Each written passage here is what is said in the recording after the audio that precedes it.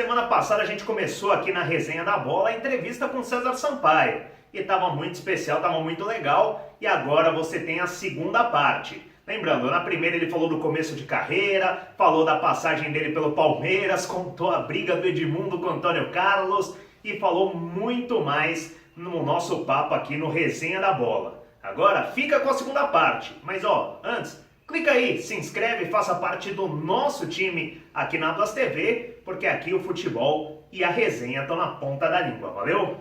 Essa história é uma que você deve contar sempre, né? Essa do Ronaldo. Como é que foi? É dia 12 de junho, né? Final da Copa do Mundo. Vocês acordam e tem aquela informação do Ronaldo. Como é que fica a cabeça? Vocês chegaram a achar que em algum momento que podia ser alguém brincando antes de ver a situação? Como é que aconteceu? Como é que vocês ficaram sabendo? Você foi um dos primeiros a chegar no quarto, né? Sim, foi. Não foi que nós acordamos. Foi depois do almoço, o Ronaldo sempre passava a maquininha, né? E ele estava no quarto com o Roberto Carlos. E aí nós ouvimos os gritos, isso por volta de umas 2 horas da tarde, 14 horas. O Roberto gritando, o Ronaldo tá passando mal, gritando no corredor. E eu estava num quarto próximo mesmo, nem todos os atletas viram, né? E quando a gente chega, né? Eu e o Edmundo que chegamos assim, e o Roberto com medo. E eu havia tido uma experiência com o meu pai, uma vez ele caiu e bateu a cabeça e teve uma convulsão. E aí a gente abre a boca dele, ele estava com dificuldade para respirar, e puxa a língua dele, assim e tal, e aí deu uma desafogada, assim, mas aí chegaram os médicos logo e aplicaram um calmante nele, né, um sedativo. E aí o Ronaldo era mais rápido, mais forte, artilheiro, havia sido melhor do mundo, então era o diferencial técnico nosso. E aí começa, né? Vai pro jogo, não vai e tal. E os médicos aplicaram esse calmante e ele adormeceu, né? Aí quando ele acordou, depois, por volta, acho que antes do lanche, às 4h30 mais ou menos, falou, cara, dormi mal, acho que eu tive um pesadelo, tô com as costas tudo doendo aqui, né? Tô com os ombros assim, tudo doendo, cara, tô mal. E aí os médicos, no primeiro momento, disseram, não fala nada pra ele não, que ele não sabe o que aconteceu, ele não lembra, né? Aí o Leonardo falou, eu vou falar que esse cara vai cair, aí vai morrer no jogo, e vai ser uma merda geral. E se vocês não falarem, os caras, não vou falar. Aí falaram com ele, os médicos falaram, você não vai jogar, porque aconteceu isso. Ele falou, que isso? Não, foi mesmo. Então, não. Aí, definiu-se que ele não jogaria. E o Ronaldo, depois o Zagallo faz a preleção com o Edmundo, dizendo, Edmundo, não é sua oportunidade, você vai fazer o gol do título, nós vamos ganhar para o Ronaldo e tal. Então teve toda uma preparação para o Edmundo, para ele entrar no lugar do Ronaldo. E o Ronaldo foi fazer uma bateria de exames numa clínica na França. E aí, acho que era o Américo Faria e os médicos, né? O Américo Faria estava no ônibus com a gente. E os médicos estavam com o Ronaldo, falavam, fez isso, fez ressonância, não deu nada, fez o raio-x, não deu nada, fez um monte de exame, não deu nada, a gente, beleza, aí chegamos no vestiário, não tinha dado nada, problema nenhum mais grave com o Ronaldo, vamos ganhar por ele e tal, não sei o que, daqui a pouco chega o Ronaldo, quando a gente ia sair pro aquecimento, entra o Ronaldo no vestiário, e fala, não, que eu vou jogar, que é minha última Copa, meu joelho tá ruim, eu já não joguei em 94, eu não sei se vou jogar em 2012. Só um parênteses, dramático, né, o Ronaldo, na última Copa, jogou mais 2 ainda, mas ali ninguém sabe, era aquela ali, né, assim, não dá pra você prever o futuro aí no futebol. As coisas acontecem, né? Surgem outras promessas, mas infelizmente não surgiu outro Ronaldo. Infelizmente. Ele foi... os dois ali para mim, o Romário e o Ronaldo, são... Assim, fizeram a dupla aí de ataques, assim, a melhor mesmo, que eu tive a oportunidade de jogar juntos. E aí foi aquela bagunça no vestiário, nós não aquecemos direito, né? E já tínhamos vindo de um dia pesado, com todos esses conflitos aí atrapalhando a concentração, a logística, tudo de uma final. E foi isso, e a França tinha uma excelente seleção. Para mim, a melhor seleção da Copa na época era a Holanda. Nós comentávamos entre a gente mesmo, quem ganhasse da Holanda, quem eliminasse a Holanda estaria próximo do título. E a gente teve um jogo assim dificílimo, né, que ganhamos nos pênaltis, né, foi a semifinal contra a Holanda. E uma pena porque na final nós não jogamos nem metade do que nós fizemos durante a Copa, porque o emocional nosso, a preocupação nossa era muito com a saúde do Ronaldo. E depois que o Serginho do São Caetano faleceu, né, no campo, depois vem as histórias que foi comprado. Teve até familiar meu que falou, quanto você pegou? Não, inclusive era uma das coisas que eu queria saber, porque começou que hoje está na moda esse e-mail do se vocês soubessem o que aconteceu, ficarem enjoados, começou naquela Copa, todo mundo recebeu por e-mail. Como é que você recebe essa notícia? Olha, você vendeu a Copa, tá todo mundo falando. Cara, primeiro que nós todos tínhamos contratos longos, né? Ganhávamos muito bem. Porque existem coisas que não tem preço, né? Principalmente a oportunidade, né? O destino a gente não consegue controlar de jogar uma Copa. Depois, princípios, valores éticos, religiosos, assim, existem coisas que a gente não consegue precificar. E muitas vezes eu passei por ter dificuldades, assim, né, nesse sentido, porque tem membros da minha família que falaram, quando você pegou aí, você teve que pegar um dinheiro, ter pego um dinheiro bom para vender uma Copa, né? Mas depois que o Serginho, o jogador do São Caetano, acabou falecendo em campo, né, uma tragédia mesmo, infelizmente eu estava no jogo também, mais ou menos as pessoas tiveram noção do que a gente passou naquele momento, né? Para nós como leigos, quem teve a oportunidade de ver a cena, né, o quadro ele é impactante, assim, pra gente o Ronaldo poderia morrer no jogo. E tem algumas outras coisas, né? Quando desculpa o termo, mas quando é para dar merda, você tenta arrumar, vai piorando. O Ronaldo marcava o Zidane. Durante a semana nós treinamos isso, que eles tinham mais ou menos o mesmo biotipo, a mesma estatura, e o Zidane não tinha histórico de gols de cabeça, né? Assim, então o Ronaldo também não cabeceava muito bem, e a marcação era encaixada, era individual, né? E, bom, na época aí o Ronaldo não podia cabecear, né? Falou assim, evitar traumas e tal. E aí mudou, porque a gente falou, o Zidane não cabeceia tão bem. Então o Leonardo marca ele. Aí ficou o Leonardo que era para marcar o Zidane. Aí o primeiro escanteio, bateu, o Zidane atropela o Leonardo, gol 1-0. Aí o Dunga fala, pô, Leonardo, ele marcou o cara, ele não viu, como você não viu? Deixa que eu marco ele. Vai, sai fora, deixa que eu marco ele.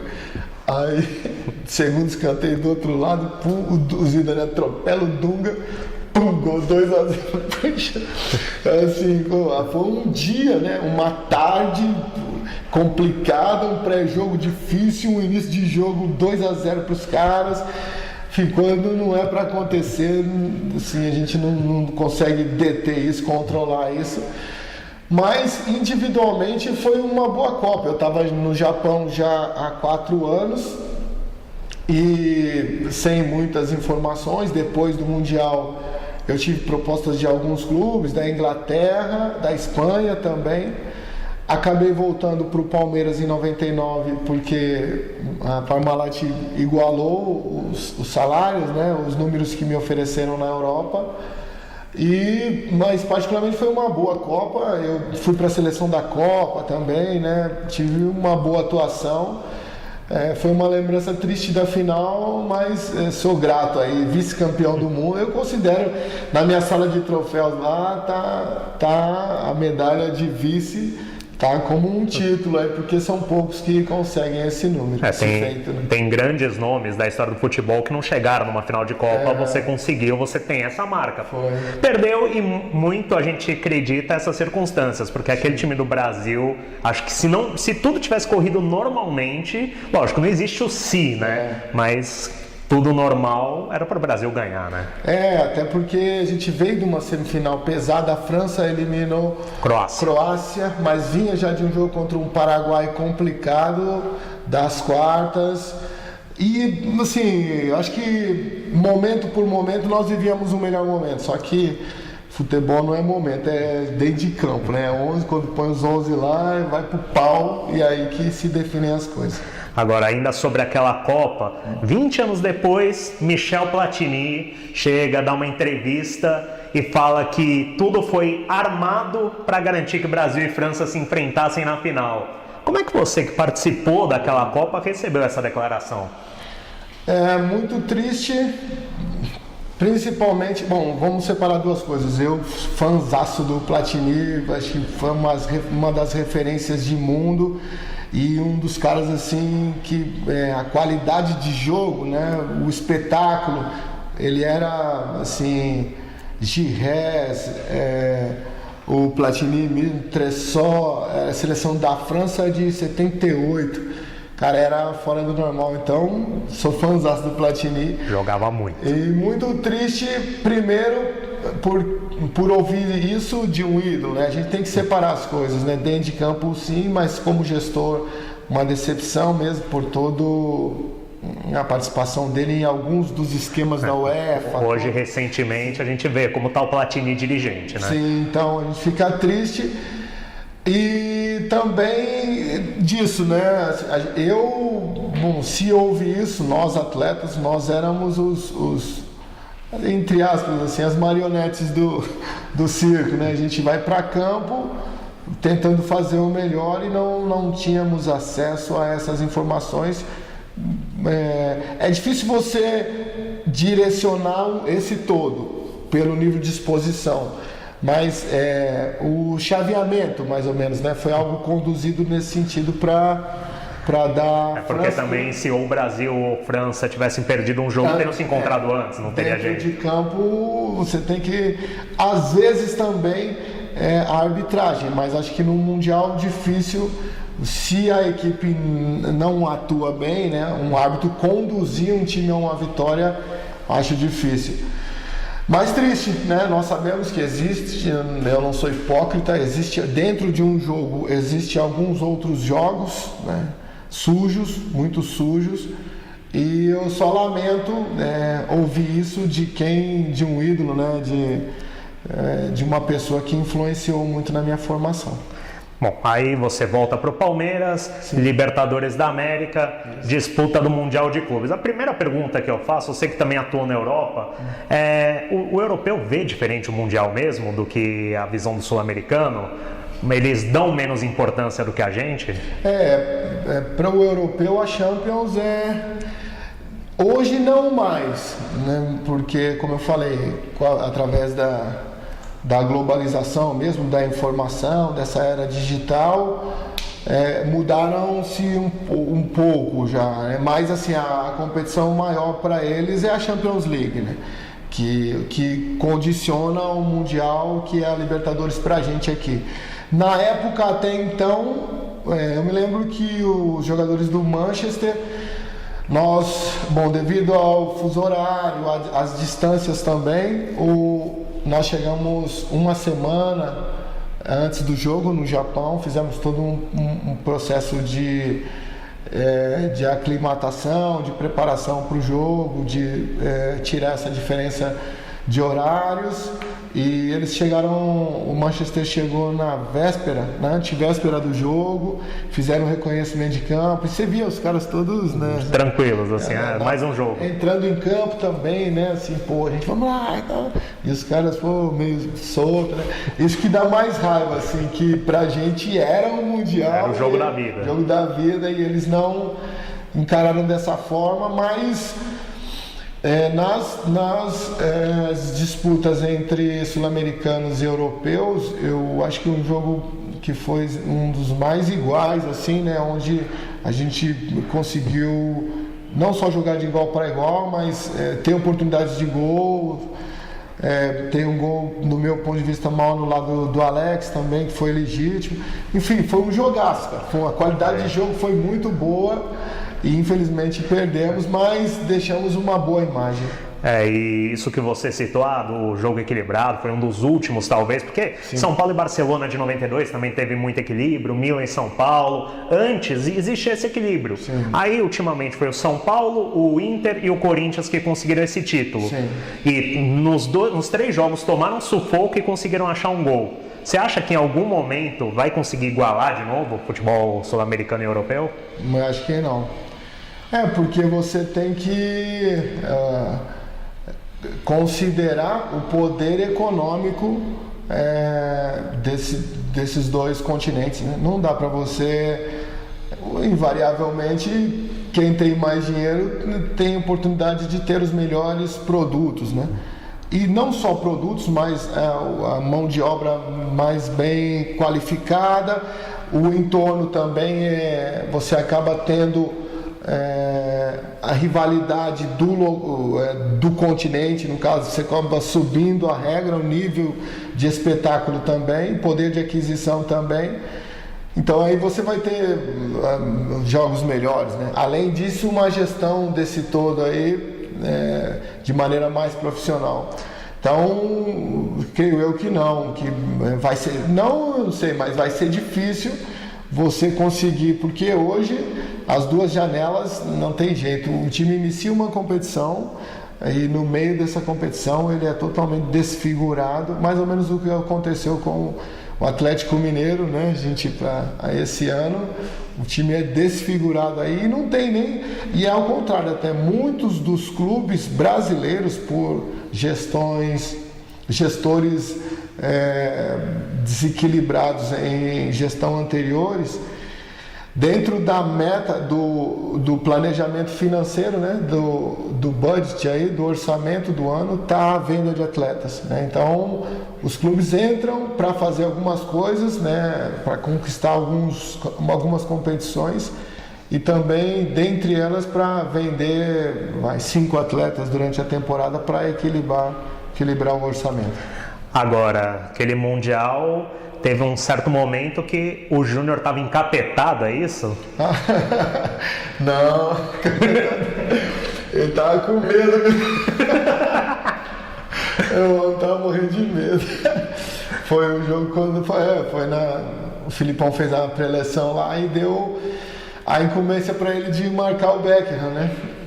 Só marcar o Beckham. Só marcar o Beckham, anular o Beckham. O Filipão falou para ele, porque a maioria dos gols, né, do Manchester era o Beckham cruzando e tinha o Cole e York, que eram a dupla ofensiva do Manchester, que os caras atropelavam. Eles não eram tecnicamente tão bons, mas assim, atacavam a bola, né? E aí o Filipão passou alguns gols assim, e depois falou: Júnior, se você não marcar o Beckham, não tem esquema tático, não tem motivação, não tem premiação, acabou. Se o Beckham jogar, acabou. Aí terminou a pré-eleção assim, aí o Júnior, coitado do Juninho. Eu dividi o quarto com o Clebão, né? E aí na madrugada bateu na porta do quarto, né? Aí eu olhei no olho mágico assim, né? O Júnior chorando, né? Falei, caramba, acho que morreu alguém no Brasil, né? Que por conta do fuso horário, algum parente dele faleceu, né? Aí abri a porta, falei, o que foi, Júnior? Ele falou, o Beckham! Eu não vou jogar, não. Falei, que isso? Não, você não viu o Filipão? Ele vai cruzar, vai sair o gol e a culpa vai ser minha. Eu falei, não, que isso, gente? Você marca ele. Eu falei, não. O Filipão jogou tudo nas minhas costas, vai dar certo. Eu falei, caramba, e agora? Como é que eu ia fazer? Não, eu não vou jogar. Não queria jogar, cara. Aí eu falei, vou chamar o Zinho, que o Zinho era carioca, isso aqui é mó resenha. E aí jogava ali do lado dele, né? Falei, Zinho, pô, o Zinho bate no quarto lá. O Zinho falou, o que foi, seu pai? Falei, o Júnior tá lá chorando, ele não quer jogar. Ele falou, por quê? O Zinho falou, por quê? Eu falei, tá com medo do Beck. Que é isso? Eu falei, tô falando sério, Zinho. Ele falou que não vai jogar, que o Beckham vai cruzar e a culpa vai ser dele, nós vamos perder o jogo. Bom, aí o Crisan pega um papelzinho lá, né? E faz assim, pô, Júnior, você marca só o fundo, que se ele cortar para dentro, eu vou estar ali te ajudando e tal. Aí o Júnior fala assim, mas não dá, assim, não dá, porque não viu aquele gol que ele cruzou de esquerda. Ele cruzou de esquerda, não tem. Eu falei, putz, queria. Aí o Clebão, no meio disso, o Clebão fala, Sampaio, vamos fazer uma oração que ele está endemoniado. Eu falei, que isso, Clebão? Que isso? Ele criou um monstro, o Beckham ficou um monstro na cabeça dele que vai pegar ele. Aí o Clebão fizemos uma oração lá. E aí o Clebão deu um disco de. Na época era um Walkman ainda, né? Um CD de louvor pro Júnior. Fala, quando você ficar com medo do Beck, você canta, põe o louvor e canta e tal. O Júnior, obrigado. Aí o Júnior só andava com aquele negócio no corredor do hotel, assim, Deus está comigo, eu não temerei. No corredor. E chegou no, pô, a gente dá risada agora, mas chegou no jogo, o Marcão, né? Aí o cruzamento. Primeiro que o Júnior arrebentou, o Beckham não pegou na bola, o Júnior neutralizou mesmo ali. E o cruzamento veio do outro lado, foi o Giggs que driblou o Arce, né? O baiano saiu na cobertura, também não chegou. Ele cruzou e o Marcão foi tentar sair para dar um soco na bola, né? Foi antecipar, acabou errando e aí o Kim Roy Kim, que fez o gol. E aí o Marcão depois falou, também se todo mundo ficar rezando pro Júnior, esquece de mim, tem que rezar pra mim. Eu sou o último homem lá. Se passar por mim, vocês estão aí. Mas foi um jogão, assim, a gente encaramos de igual para igual. Fora isso, o Osés tem uma oportunidade, claro, o Alex também, uma bola que ele cabeceia para fora. Acho que o cruzamento do Júnior mesmo. Teve uma outra bola do Asprilla também, um rebote do goleiro. Enfim, nós tivemos grandes chances e sim, saímos de forma digna, podemos dizer, né? A gente representou bem o futebol brasileiro lá. E, bom, aí agora, falando um pouco mais também do seu pós-carreira, né? Porque você continuou jogando, foi brilhante, encerrou a carreira no São Paulo 2004, né? Você não chegou a participar do time 2005. Se não me engano, os teus reservas eram inclusive os meninos, o Ale e o Renan, né? Que depois acabaram também não tendo muito espaço lá no São Paulo. Aí pós-carreira, você estudou marketing esportivo, né? Sim. Foi para gestão de clubes e hoje é comentarista. Falando primeiro dessa fase de gestão de clube, primeiro, como é que é? Pro jogador, assim, aposentou e tem que pensar assim, não, peraí, eu não jogo mais. Eu não jogo mais! Não sou eu que jogo! São vocês! Seus Zé Ruela desgraçados! Agora eu tô indo lá para cuidar do administrativo do clube. Sim. Como é que funciona isso? Bom, eu tive uma empresa ainda, quando atleta, eu tive uma empresa com o Rivaldo, chamava CSR a empresa. E nós tínhamos um projeto social que era em Guaratinguetá, depois tornou-se o Guará, né? Que era um projeto de mais ou menos a identidade que nós tivemos. O Rivaldo lá em Recife e eu aqui em São Paulo, de futebol de rua e tal, assim, usando o futebol como uma ferramenta de inclusão mesmo. E só que não era para subir. O Guará, nós éramos um projeto social, a gente entrou na B3, que era a última divisão na época aqui em São Paulo, para disputar as competições. E o objetivo maior era isso mesmo, a inclusão. Só que o time foi bem e subiu, cara. Criou um problema. Porque nós não tínhamos nós que investíamos, nós éramos investidores e tal. E, bom, o acesso já ia ter que ter um outro orçamento e tal. Nós não tínhamos fonte de receitas nenhuma e tal. Eu falei, puxa, o Rivaldo ainda falava assim, não pode subir, Sérgio, tira fulano, tira ciclano, tira fulano pra perder, né? E eu me lembro que nós tiramos, acho que na final, tirou o goleiro, o Marcinho Guerreiro, né? Marcinho Guerreiro. Triguinho também, o lateral esquerdo, que veio a jogar. Bom, tiramos uns 3 melhores, os 4 melhores do time tiramos. Aí subiu, aí o Rivaldo. Vai me dizer que sumiu, falei, subiu, ele... E aí cheguei esse cara, eu só pensava na minha esposa. Eu falei, minha esposa falou, ou você sai ou eu saio. Eu falei, não, peraí.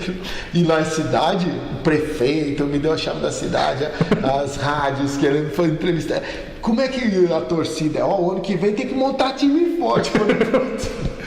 Aí eu falei, o negócio é bom, é legal, mas tem que ter planejamento. Então, quando eu parei de jogar, foi bem isso mesmo. Eu fui fazer uma faculdade de gestão, né, de administração com especialização depois em gestão de esportes e barra futebol, que tinha outros esportes também. Aí depois fiz marketing na Trevisan, faço um monte de coisa, fiz um monte de coisa de curso aí. E agora você atuando muito também como comentarista esportivo, na TV e no rádio. Você uma vida inteira, digamos assim, foi vidraça. Agora você está sendo pedra, né? Como é que é essa inversão de papel? Eu fui pedra, vidraça, pedra, vamos mudar. E eu vejo que não é tão pedra assim. Eu quero fazer a meia-culpa aí, porque quando atleta e quando gestor esportivo, a gente fala, pô, o cara fica lá o dia inteiro no ar-condicionado, só falando merda, não tem nada a ver, né? E não é assim, existe uma responsabilidade grande hoje com a velocidade da informação. Você fala uma besteira, o cara no Twitter já na hora aqui, já rebate lá, isso. Você tem que estar muito atualizado, né, como comentarista. E eu fiz alguns outros cursos também, né? Dentre eles o de análise de desempenho e de treinador também, até para você poder avaliar uma metodologia de um treinador da CBF, né? Os cursos. Então, sim, você tem que ver o todo. A informação de hoje de manhã já não vale mais à tarde, então é uma coisa que te consome muito, né? Essa parte de comentários, assim, para você conseguir passar algo muito bem embasado, você tem que abrir o leque, né? Colher muitas informações, desgastante, mas quando você faz o que gosta, né? Não é desgastante, porque quanto mais você vai buscando informações, você vai aprendendo também. Ainda estou me adaptando, né? Mas é legal assim, estar envolvido indiretamente aí com esse todo. E você tocou no assunto dos técnicos. Você trabalhou com Zagallo, com Filipão, Luxemburgo, chegou a trabalhar com Parreira em seleção brasileira, grandes técnicos. Esses caras fazem mesmo a diferença ali dentro do vestiário? Tem um cara que nem um Filipão, que nem um Luxemburgo? Fazem, existem ainda. Bom, durante algum tempo, principalmente o pós 7-1, tá tudo ultrapassado, esses caras não tem mais gente, tem que buscar qualificação na Europa e tal. E agora, bom, no futebol é isso, quarta-feira a verdade vira mentira e no domingo a mentira vira verdade. Então você não, é uma coisa que não dá. Quem define os jogos é os jogadores. Se você não tiver um bom material, se não tiver bons ingredientes, é difícil você fazer uma comida boa se você não tiver bons ingredientes. E é isso também. Mas tem mais do que a parte técnica, a parte de estratégia. A gente está lidando com seres humanos. Então essa gestão de grupo, quando você tem, acho legal essa combinação do Filipão com o Paulo Turra, porque você tem o Filipão com uma bagagem mesmo, né, com um lombo bem calejado aí de pancada, e o Paulo Turra é um cara atualizado, com as licenças da Europa. Um cara também eu acho legal no Paulo, que ele faz a questão de não aparecer, né? Ele é um assistente, lógico, creio que está montando a carreira dele, extraindo tudo do Filipão e pontualmente, né, assim, passando algo específico e o filtro mesmo, né, dessa linguagem mais tradicional do Filipão com essa nomenclatura nova, com esses modelos de jogo novos, a gestão dos departamentos de apoio também. Então tem muita informação, ele filtra tudo isso e passa só o que o Filipão quer saber, não ocupa a cabeça do Filipão com coisas que acho que não vai acrescentar em nada. Isso tem dado resultado no Palmeiras porque tem uma infraestrutura preparada, né? A gente tem que salientar a participação do Paulo Nobre, que reposicionou a marca para esse segundo momento, né? Da Crefisa, essa infraestrutura, acho que é um dos melhores, se não o melhor do Brasil. e com o melhor elenco. Então você pega o último treinador campeão do mundo pelo Brasil, com uma infraestrutura melhor do país, com o melhor elenco, era assim para falar, pô, esse time vai ganhar de todo mundo, mas no futebol não é assim. Bom, agradecendo demais o César Sampaio que participou aqui do nosso Resenha da Bola aqui na Blas TV. Para você que está acostumado já com os nossos vídeos no canal, agora vem novidade, vem cada vez mais bate-papo, mais resenha, essas histórias fantásticas do futebol. César, brigadão. Valeu. Prazer ter você aqui. Manda um recado pessoal, fala como é que o pessoal pode acompanhar você aí na TV, no rádio. Rapaz, então, eu não vou falar diretamente porque cada hora eu estou num lugar, mas eu estou na Rádio Capital, estou na resenha, né, na ESPN e nos programas também, do dia a dia, depende da escala. E através do canal também, que agora você tem mais uma opção aí para saber um pouco mais da minha vida, e a gente está correndo por fora aí com o objetivo maior de trabalhar na reestruturação, né, da gestão do futebol do país. Tá certo, então agradecendo demais ao César Sampaio que participou aqui da Blas TV. Fique conosco, porque aqui você sabe, né? O futebol tá na ponta da língua. Valeu!